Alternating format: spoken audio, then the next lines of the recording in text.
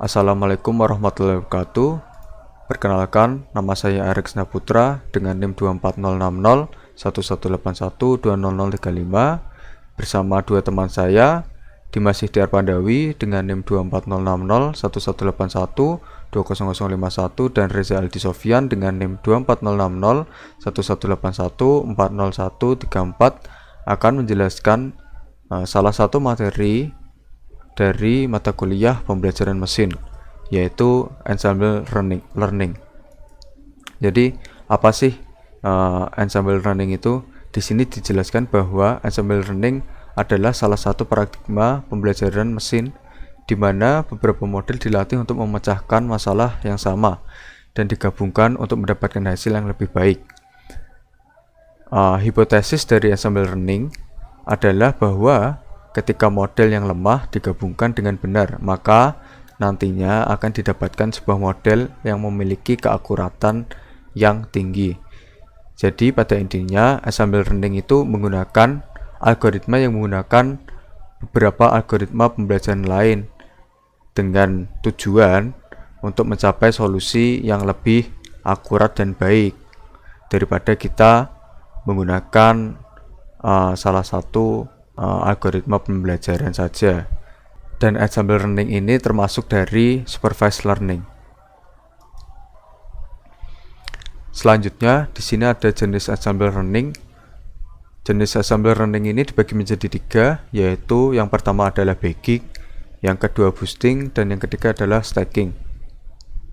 Bagging sendiri merupakan metode yang dapat memperbaiki hasil dari algoritma klasifikasi machine learning dengan cara menggabungkan klasifikasi prediksi dari beberapa model. Yang kedua yaitu boosting. Boosting adalah merupakan cara untuk menghasilkan beberapa model atau penggolongan untuk prediksi atau klasifikasi dan juga menggabungkan beberapa prediksi dari berbagai model ke dalam prediksi tunggal. Sedangkan untuk jenis Ensemble Learning yang terakhir yaitu stacking merupakan cara untuk mengkombinasi beberapa model dengan konsep meta learner. Di sini saya akan melanjutkan penjelasan tentang Ensemble Learning. Di sini sampai di bagian jenis-jenis dari Ensemble Learning. Yang pertama itu adalah bagging. Jadi bagging itu seperti yang sudah dijelaskan di sini, yaitu dimisalkan terdapat observasi N dan juga fitur dalam kumpulan data pelatihan. Sampel dari kumpulan data pelatihan diambil secara acak dengan penggantian. Kemudian bagian dari fitur M akan dipilih secara acak dan fitur yang memberikan pemisahan terbaik akan digunakan untuk memisahkan not secara berulang. Kemudian tree akan bertumbuh semakin besar, dan yang terakhir langkah ini akan diulang sebanyak n kali dan prediksi akan diberikan berdasarkan agregasi dari jumlah n pada tree. Jadi langkah-langkah ini merupakan langkah-langkah pembuatan model Ensemble Learning dengan menggunakan bagging. Jadi sebenarnya tujuan dari Ensemble Learning ini adalah menghasilkan model yang lebih kuat daripada model individu penyusunnya. Jadi seperti kita ketahui, Ensemble Learning itu disusun dari beberapa model yang lemah seperti itu. Disusun dari beberapa model yang lemah, kemudian dijadikan satu, nanti akan menghasilkan sebuah model yang lebih kuat daripada model-model yang lemah ini tadi, seperti ini. Model-modelnya banyak, disusun kemudian menjadi satu seperti ini.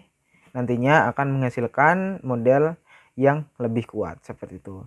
Kemudian sebenarnya inti dari bagging ini adalah membangun ensemble model dengan menggunakan algoritma yang sama dengan model-model pada penyusunnya. Namun setiap model itu nantinya akan diberikan atau dilatih dengan data latih yang berbeda. Jadi antara model H1, H2, H3 dan H4 ini nantinya akan dilatih dengan dengan data latih yang berbeda seperti di sini. H4, H3, H2, H1 ini nantinya model ini akan dilatih dilatih dengan menggunakan data-data yang berbeda, sehingga nantinya akan menghasilkan satu model atau ensemble model yang lebih kuat daripada H1, H2, H3, dan H4 ini. Seperti itu untuk penjelasan dari baking. Kemudian selanjutnya adalah boosting. Jadi langkah-langkah boosting adalah seperti ini. Yang pertama itu melakukan penggambaran subset acak dari sampel latih D1 tanpa mengganti dari set latih D besar untuk melatih weak learner dari C1. Kemudian yang kedua adalah melakukan penggambaran subset acak dari sampel D2, D kecil 2, tanpa mengganti dari data latih dan menambah 50% dari sampel sebelumnya yang salah diklasifikasikan untuk melatih weak learner C2. Kemudian selanjutnya yang ketiga adalah mencari sampel latih D3, D kecil 3 pada set latih D besar yang mana C1 dan C2 itu tidak setuju untuk melatih weak learner yang lemah, yaitu C3. Kemudian melakukan kombinasi semua weak learner melalui majority voting. Seperti itu untuk langkah-langkah dari boosting.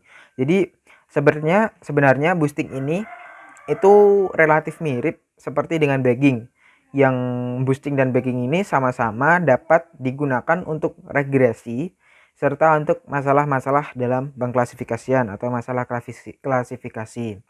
Kemudian fokus utama dari boosting ini adalah untuk pengurangan bias. Jadi boosting ini fokusnya adalah untuk pengurangan bias. Serta model-model yang nantinya itu digunakan untuk menyusun ensemble learning dengan menggunakan boosting ini, model-model yang dipertimbangkan, hal-hal yang dipertimbangkan antara lain itu model dengan varian yang rendah. Jadi varian yang rendah itu dapat digunakan untuk sebagai model-model penyusun untuk membuat ensemble learning dengan menggunakan boosting. Kemudian selain varian rendah yang diperlukan yaitu model itu harus mempunyai bias yang tinggi. Jadi boosting ini tadi kan digunakan untuk pengurangan bias. Jadi model-model yang digunakan atau model-model penyusunnya itu nantinya mempunyai varian yang rendah dan bias yang tinggi. Seperti itu untuk penjelasan dari boosting. Disebutkan sebelumnya, ide dari stacking itu untuk mempelajari perbedaan dari pembelajaran yang masih lemah dan menggabungkannya menjadi data latih metamodel untuk menghasilkan prediksi berdasarkan data yang lemah pada data model tadi. Kemudian untuk membangun stacking, kita perlu mendefinisikan dua hal, yaitu learner yang akan digunakan untuk fitting dan juga metamodel yang akan digunakan untuk mengkombinasikannya. Sebagai contoh, permasalahan klasifikasi, kita bisa memilih weak learner tadi di KKN classifier, logistic regression, dan juga SVM.